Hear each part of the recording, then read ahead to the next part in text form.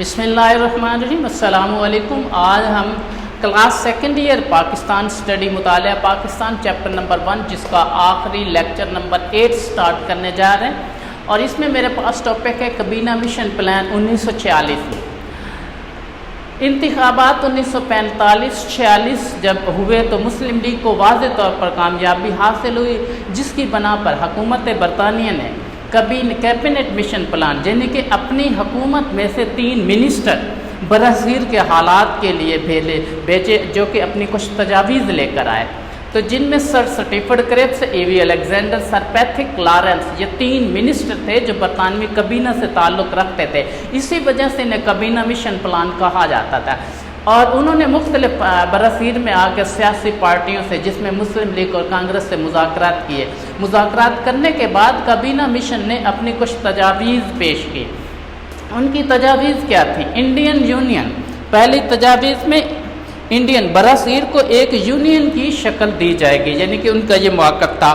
Union میں کئی صوبے ہوں گے اور کئی متعدد ریاستیں بھی شامل ہوں گی جو برصغیر میں ہیں، اور وفاق ایک بنایا جائے گا۔ مرکز کے پاس جو اختیارات ہوں گے ان میں دفاع، امور خارجہ اور مواصلات کے محکمے جو ہیں وہ اس میں شامل ہوں گے، اور مرکز کو ٹیکس لگانے کے اختیارات بھی دیے جائیں گے۔ یہ تو انڈین یونین میں شامل تھا۔ اس کے بعد صوبائی گروپ سازی کی گئی۔ صوبوں کو 3 گروپوں میں تقسیم کیا گیا۔ گروپ اے میں ممبئی، مدراس، یو پی، اڑیسہ، سی پی، بہار یہ شامل تھا، اور گروپ بی میں پنجاب، سرحد، سندھ، اور گروپ سی میں بنگال اور آسام۔ یہ 3 طرح کی صوبائی گروپ سازی کی گئی، اور یہ ایک وفاق کی حیثیت رکھتا ہے جس میں مرکزی تنظیم ہے حکومت برطانیہ کی، اس کے بعد صوبائی تنظیم ہے، پھر گروپوں کے ہر صوبے کی تنظیم علیحدہ ہوگی، جس طرح صوبہ بنگال ہے، آسام ہے، اسی طرح پھر گروپ کی تنظیم علیحدہ ہوگی، پھر ایک مرکز کی تنظیم علیحدہ ہوگی، جو کہ جس کے ہر ایک تنظیم کے علیحدہ اختیارات شامل کیے گئے۔ صوبے اور ریاستیں مرکزی قانون ساز اسمبلی اور کابینہ بھی نشستیں حاصل کریں گی۔ جو حکومت برطانیہ کی برصغیر کی حکومت ہوگی، اس میں برصغیر کے نمائندے جو ہیں گے ان پارٹیوں سے، ان صوبوں سے وہ الیکٹ ہو کے اس حکومت میں شامل ہوں گے۔ اس کے بعد ایک ٹاپک ہے آئین ساز اسمبلی، یہ تیسرا نمبر پر۔ صوبائی اسمبلیوں کے ارکان مرکزی آئین ساز اسمبلی کا چناؤ کریں گے، یعنی کہ صوبوں کے جو ممبر ہیں وہ مرکز کے لیے ممبر منتخب کریں گے۔ اس مرکز میں جو آئین ساز ہم نے اسمبلی بنانی ہے، اس کے لیے جتنے ممبروں کی ضرورت ہوگی، یہ صوبے اپنے اپنے صوبوں سے مخصوص نشستوں پر وہ لوگ منتخب ہو کر یہاں پر آئین ساز اسمبلی میں شامل ہوں گے۔ مرکزی آئین ساز اسمبلی پورے برصغیر کے لیے آئین تشکیل دے گی، اور مرکزی آئین جب بن جائے گا تو اس کے بعد اس آئین کو صوبوں میں بھیجا جائے گا، یعنی کہ صوبائی گروپ اے بی سی میں پھر ہر صوبے کے پاس بھیجا جائے گا، کیونکہ اس آئین کی توثیق کروانا لازم ہوگی۔ مرکزی آئین بننے اور عارضی حکومت کے قیام تک اگر کوئی صوبہ ضروری سمجھے گا تو وہ اپنا گروپ تبدیل کر سکے گا، یعنی کہ ہر صوبے کے لیے یہ مرضی ہوگی کہ وہ یعنی کہ اس گروپ بی میں سے یا گروپ سی میں سے یا گروپ میں سے کوئی صوبہ چاہے وہ تبدیل ہو سکتا ہے، کسی دوسرے گروپ میں بھی شامل ہو سکتا ہے یا اپنے آپ کو علیحدہ بھی کر سکتا ہے، لیکن یہ 10 سال کے بعد وہ کم از کم اسے آزادی ملے گی، لیکن اپنا فیصلہ وہ پہلے سنا سکتا ہے۔ اس لیے یہ آئین ساز اسمبلی کا۔ اس کے بعد ہند یونین سے علیحدگی، یہی میں نے آپ ٹاپک ڈسکس کیا ہے۔ صوبوں کے تینوں گروپوں میں سے کوئی بھی گروپ یا کوئی بھی صوبہ یہ چاہے کہ وہ پورے ہند یونین سے علیحدہ ہونا چاہتا ہے یا اس کا مطلب علیحدگی کے لیے کوئی بھی فیصلہ کرنا چاہتا ہے، تو صوبوں کے تینوں گروپوں میں سے کوئی 1 یا 2 صوبے یونین سے علیحدہ ہو جانے کا فیصلہ کرنا چاہیں تو انہیں اس کی اجازت ہوگی، لیکن علیحدگی کا یہ فیصلہ وہ 10 سال کے بعد کر سکیں گے۔ اس طرح اس نقطہ میں جو گروپ بی میں مسلم صوبے ہیں بنگال اور آسام، ادھر گروپ بی میں پنجاب سے سرحد سندھ، اور گروپ سی میں بنگال اور آسام، یہاں مسلمانوں کو یہ ایک نقطہ مل گیا کہ وہ 10 سال کے بعد پاکستان بنا سکتے ہیں۔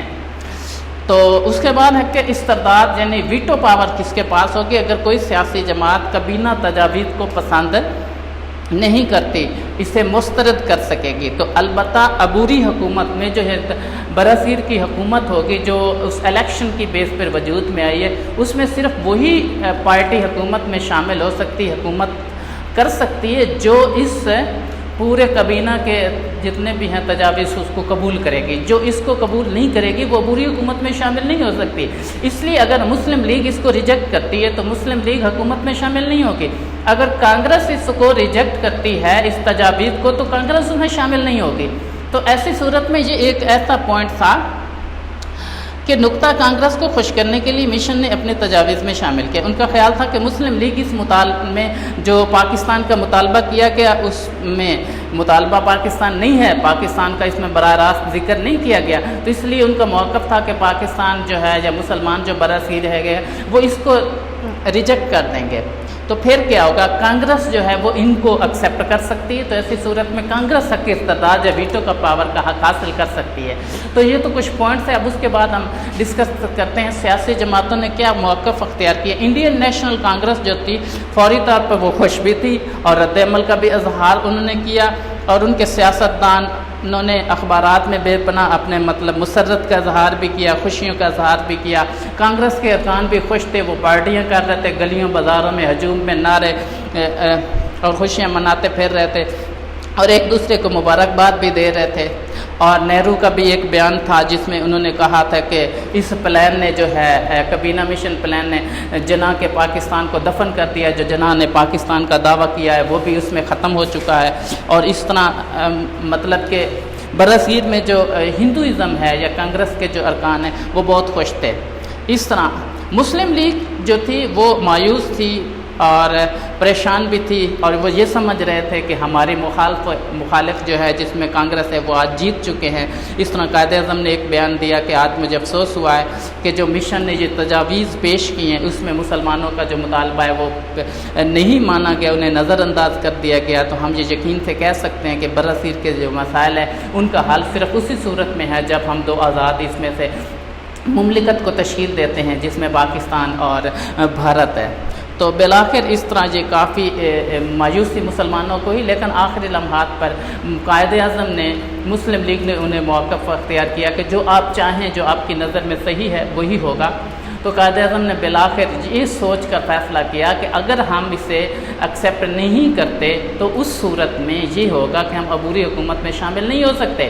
جب حکومت میں نہیں بیٹھیں گے تو آئین ساز اسمبلی میں ہم نہیں ہوں گے، ہم قانون ساز اسمبلی میں نہیں ہوں گے، تو ہندوستان کی جو اسمبلی ہے اس میں ہم جب نہیں ہوں گے تو ہمارا موقف جو ہمارے حقوق ہیں اور ناپید ہو جائیں گے. اس لیے مجبوراً انہوں نے اس پر رضامندی کا اظہار کیا. جب رضامندی کا اظہار کیا تو کانگریس مایوس ہوگی اور کانگریس کو لگا اب یہاں پر مسلم لیگ اور کانگریس دونوں مل کے حکومت کریں گی، تو اس لیے انہوں نے مخالفت کی.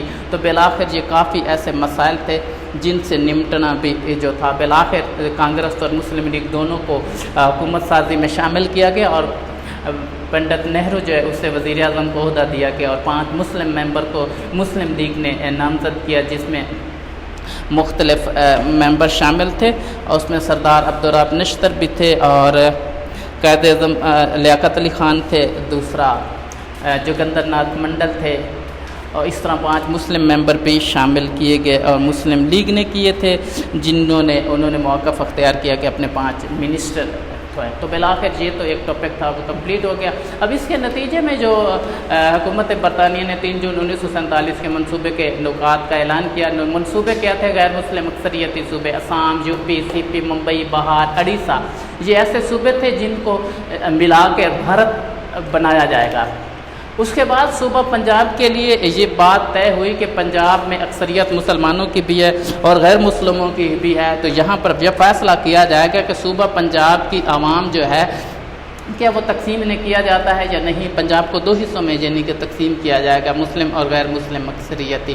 اس کے لیے کمیشن بنایا جائے گا. وہ کمیشن حد بندی کا تعین کرے گا کون سے علاقے بھارت میں ہیں اور کون سے علاقے جو ہے پاکستان کو ملیں گے. اس کے بعد صوبہ بنگال ہے، اس کا بھی یہی تھا. صوبہ بنگال کو بھی 2 حصوں میں تقسیم کیا جائے گا. مشرقی بنگال اور مسلم اکثریت والے علاقے جو مغربی میں بنگال میں شامل ہوں گے اور مشرقی بنگال جو ہے وہ ایک سیپریٹ ہوگا. تو جو مشرقی اور مغربی بنگال 2 حصوں میں تقسیم ہو جائیں گے اور اس کی بھی حد بندی کمیشن بنایا جائے گا جو حد بندی کا تعین کرے گا کہ کون سی حدود شامل ہے. اس کے بعد صوبہ سندھ جو ہے اور سندھ کے ممبران اسمبلی کو حق دیا گیا کہ وہ کس ملک میں شامل ہونا چاہتے ہیں.